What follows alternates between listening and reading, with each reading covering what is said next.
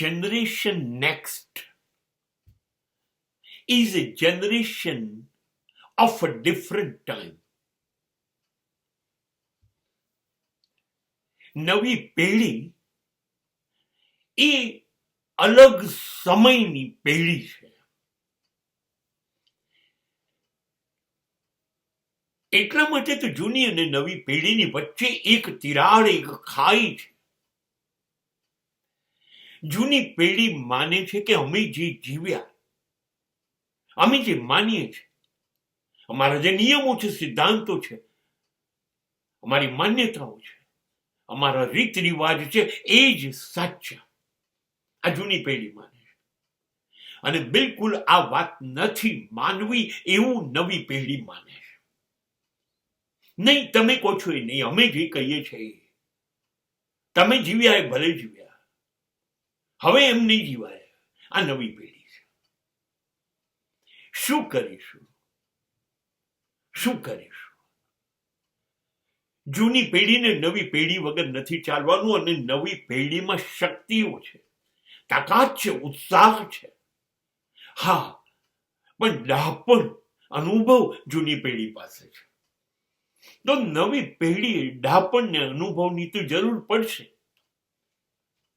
પણ હું જૂની પેઢીને કહીશ, સમય બદલાયો છે સાહેબ. ધોતિયાના બદલે જીન્સ આવી ગયું છે, અને સાડી ના બદલે પંજાબી શૂટ આવી ગયું છે. બદલી ગયું છે સાહેબ. ભાખરી શાક ના બદલે પિઝા આવી ગયો છે. ચાના બદલે પેપ્સી ને કોલા આવી ગયા છે. સાયકલ કે ચાલતા જતા હતા ને આપણે, એના બદલે ઘેર ઘેર બાઇક અને 4-વ્હીલર આવી ગયા છે. તમે તો મુશ્કેલીથી ક્યારેક આગગાડી ટ્રેનમાં બેઠા છો, હવેની પ્રજા વિમાનમાં ઉડાઉડ કરે છે.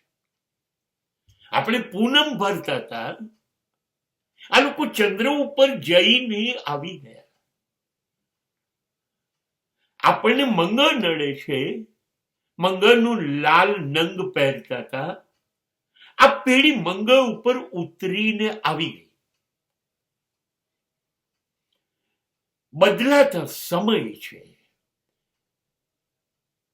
એટલે અમે આમ કર્યું, તમે એમ કરો, એ નહીં થાય.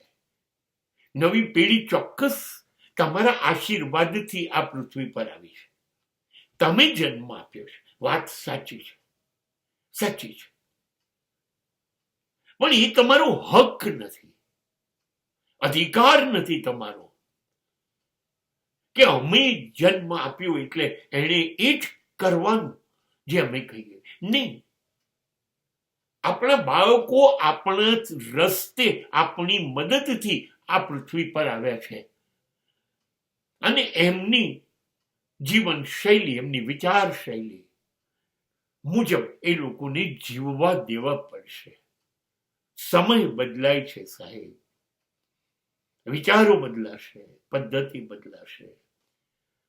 હવે જો જૂની પેઢી જીદ કરશે તો નહીં ચાલે.